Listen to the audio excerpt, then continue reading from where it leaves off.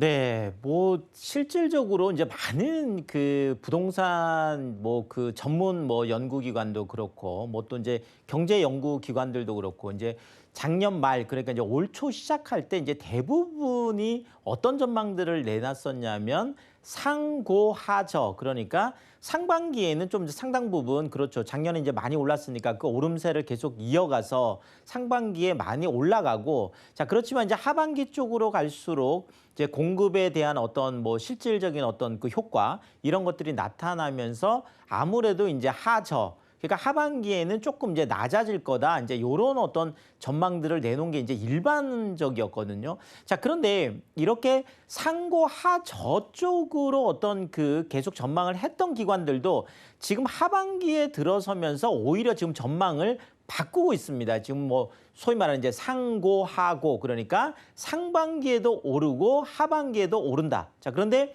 하반기에 오히려 오름폭이 더 클 거다 이렇게 얘기를 하고 있고 자, 이 하반기의 상승세가 그러면 올해 안으로 끝날 거냐? 그게 아니라 내년 상반기까지는 최소 이어질 것 같다. 이제 이런 뭐 전망들 이런 것 때문에 이제 서울부동산 특히나 이제 뭐 내년 그렇죠. 내년까지도 뭐 더 걱정이 된다. 그래서 내년이 두렵다. 뭐 여러 가지 뭐 이유들이 있겠습니다. 자, 그런데 지금 당장 그렇죠. 지금 그 3기 신도시 뭐 물론 딱 3기 신도시만 있는 건 아니지만 어쨌든 이번에 사전 청약 뭐 시작된 것도 그렇죠. 특히나 뭐 역시 예상했던 대로 3기 신도시가 들어가는 인천 계양 같은 경우에 공공 뭐 그 아파트 공공주택으로는 처음으로 최고 경쟁률 84제곱미터 그렇죠. 240대 1이라고 하는 야, 정말 자, 이렇게 엄청나게 이제 뜨거운 게 이제 결국 이것이 그러니까 실질적으로 어떤 부동산 가격을 안정시키기 위해서 사전 청약을 실시한 게 오히려 거꾸로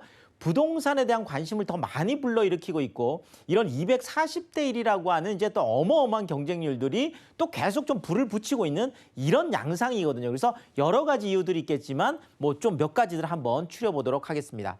자, 일단 뭐 시장을 좀 점검하고 가야 되겠죠. 자, 정부는 그렇죠. 지금이 고점이다. 지금 이제 집 사면 더 이상 안 된다. 이렇게 계속 경고를 쏟아내고 있지만 시장은 지금 반대로 움직이고 있다. 정부는 그렇죠. 바짓가랑이를 잡고 있고 시장은 계속 달려나가려고 하고 있고 서로 지금 반대 작용이 지금 나타나고 있는 이런 모습입니다. 그래서 고점 경고 뭐 계속 하고 있지만 실제 시장에서는 계속 뭐 매수세가 그렇죠. 가장 이제 무서운 게 사실 매수세거든요. 그러니까 매수 쪽만 뭐 그러다 보니까 이제 계속 그렇죠. 뭐 그 매수를 좀 잡으려고 하는 정책들이 계속 수요 쪽에 집중되어 왔던 게 바로 이런 이유들인데 결국은 수요를 아무리 잡으려고 해도 그렇죠. 지금 해결이 안 되는 것들이 많기 때문에 매수세를 잡을 수가 없는 것 같아요. 그래서 매수세는 아무리 경고를 하고 있지만 계속 활활 타오르고 있고 자, 특히나 이제 수도권 쪽 그렇죠. 서울을 포함해서 서울과 뭐 경기와 인천 이런 수도권 위주로 해서도 엄청나다. 그래서 매매 수급 지수가 무려 그렇죠. 111.6이라고 하는 엄청난 계속 뭐 매수세가 강한 것들. 그러니까 지금은 그렇죠. 집을 사려는 사람들이 팔려는 사람보다 훨씬 많다는 뜻이에요. 자, 그리고 계속 한 0.36%라고 하는 그렇죠. 제가 뭐 지난 시간에도 가장 지금 높은 상승률이라고 했는데 그 상승률을 지금 계속 유지해 나가고 있는 그러니까 상승폭 자체도 엄청나게 크고 매수세 자체도 엄청나게 크고 지금 계속 상승 기간 자체도 계속 길어지고 있는 이런 모습이 아직까지 이어지고 있습니다. 자, 그런데 지금 또 하나 지금 뭐 내년까지도 상승을 얘기하는 이유 중에 하나가 바로 이 부분이거든요. 바로 전세 쪽이 지금 더 불안해요. 지금 특히나 이제 8월 지나고 나면 이제 9월 쪽에 이제 본격적인 또 가을 이사철이 올 텐데 이미 벌써 지금 이사철이 아닌 시즌이 아닌데도 불구하고 지금 전국적으로도 그렇죠. 전세 지금 상승률이 0.2에서 지금 0.22%로 폭 자체가 지금 뭐 이렇게 좀 커지고 있고 지금 서울 같은 경우에도 0.15%에서 0.16%까지 전국적으로 뭐 서울 수도권 전부 다 전세가가 지금 올라가고 있다. 전세 시장이 불안한 게 더 좀 문제라는 거죠. 자, 근데 전세값이 올라가면 그렇죠. 자, 일단 전세 시장에 머물러 있었던 분들이요. 전세값이 너무 오르다 보니까 전세 시장을 선택하지 못하고 눈높이를 약간 낮추더라도 매수 쪽으로 갈 수밖에 없어요. 그렇죠? 어차피 지금 어려운 거다 보니까. 자, 그러면 다시 또 매수 시장이 달궈질 수 있겠죠. 자, 여기에다가 전세가가 올라간다라는 것은 그렇죠.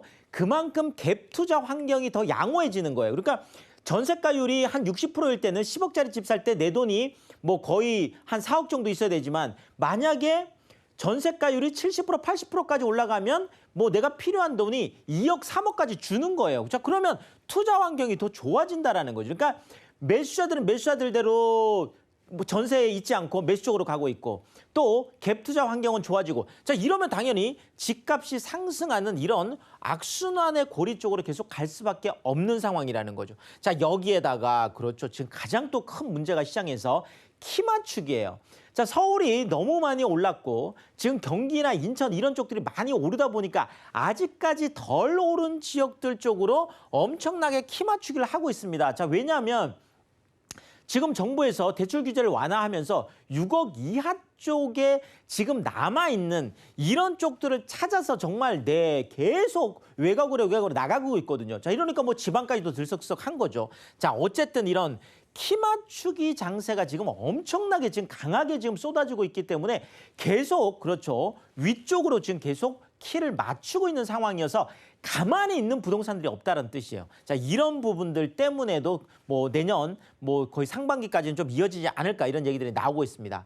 자, 그리고 아까 말씀드렸던 상과 하주에서 이제 상과 하고로 가는데 자, 그 이유 중에 또 하나가 지금 8사 공급 대책이 이제 나온 게 이제 딱 1년이 됐습니다. 근데 8사 공급 대책에서 지금 서울 안에 약 한 5만 가구 정도에서 재건축 추진하겠다 이렇게 얘기를 했거든요.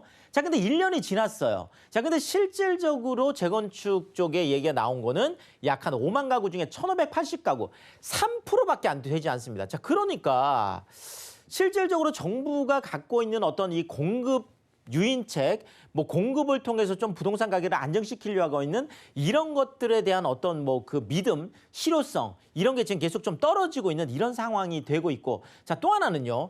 소득 수준 지금 향상 뭐 이런 것들이 많이 나타나다 보니까 사실은 지금 수요자들, 매수자들은 눈높이가 지금 엄청나게 지금 높아져 있어요. 자, 그러니까 지금 새 아파트 쪽으로 계속 가는 거거든요. 자, 소득 수준 향상에서 주거 욕구 자체는 엄청나게 높아졌는데 정부가 지금 계속 이야기하고 있는 것들은 임대 아파트 쪽 그러니까 주거 욕구하고 공급이 조금 미스매치되는 이런 부분들도 지금 계속 좀 문제가 되고 있다 이렇게 좀 말씀을 드리겠고 자, 또 하나가 바로 이 부분이죠.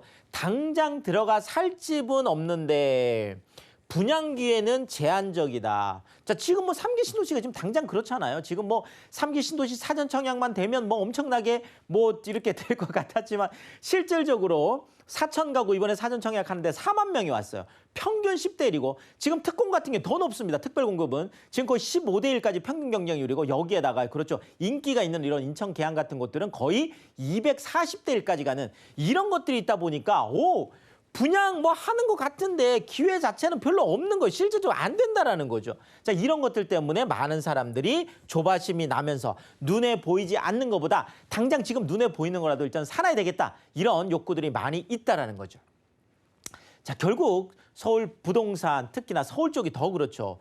자, 지금 정부가 지금 뭐 그 규제를 완화해도 지금 매물이 나올까 말까 한 상황인데 지금 양도세 같은 경우에는 지금 장보유 특별공제까지 더 묶어버리고 있잖아요. 자, 이러니까 지금 매물이 내놓을 이유가 없어요, 사실은. 자, 뭐 내년 뭐 말까지 얘기하고 있지만 이게 벌써 한두 번이 아니거든요. 자, 결국은 매물을 내놓을 이유가 없다 보니까 버티거나 지금 증여, 특히나 지금 송파 쪽이 지금 엄청나게 지금 다 증여로 가고 있잖아요. 자, 결국 또 몇 개 안 되는 거 또 나와봐야 또 바로바로 소진이 되고 있습니다. 특히나 지금 잠실 같은 경우가 저기 지금 엘스 얘기입니다. 잠실에서 또 대표적인 아파트죠. 약 한 5,678가구 정도 되는데 이게 지금 6월에 거래된 게 지금 7월 말까지 보통 신고를 하게 돼 있잖아요. 그래서 지금 7월 말까지 봤더니 결국은 매매 거래량이 그것도 대형 면적 딱 한 건 거래가 됐더라. 그만큼 지금 그렇죠. 매물 자체도 없고 내놓을 이유가 없기 때문에 그렇습니다. 이게 지금 더 문제예요. 그러니까 신규 청약시장은 청약시장대로 엄청나게 몰리지만 실질적으로 손에 잡히는 게 별로 없고 뭐 내가 또 기존 아파트 쪽으로 온다고 하더라도 매물 자체가 없는 데다가 호가 자체가 엄청나게 이제 높은 이런 상황이다 보니까 지금 뭐 거의 거래 자체는 좀 절벽 상황인 거죠. 서울 상반기 거래량이 7만 건이에요. 겨우 전체 다 해서. 자, 그러면 이게 전년보다도 약 한 18% 정도가 지금 감소한 이제 이런 상황이다 보니까 결국은 그렇죠. 어떤 뚜렷한 뭔가 눈에 보이는 해결책, 눈에 보이는 뭔가 이 정도면 뭐가 떨어질 것 같아라고 하는 뚜렷한 무엇 하나가 있어야 되는데 그것이 없이 계속 시장은 자기 나름대로 어떤 그 반대 방향으로 지금 가고 있기 때문에 내년 상반기조차도 계속 두렵지 않겠나 이렇게 전망을 해보겠습니다.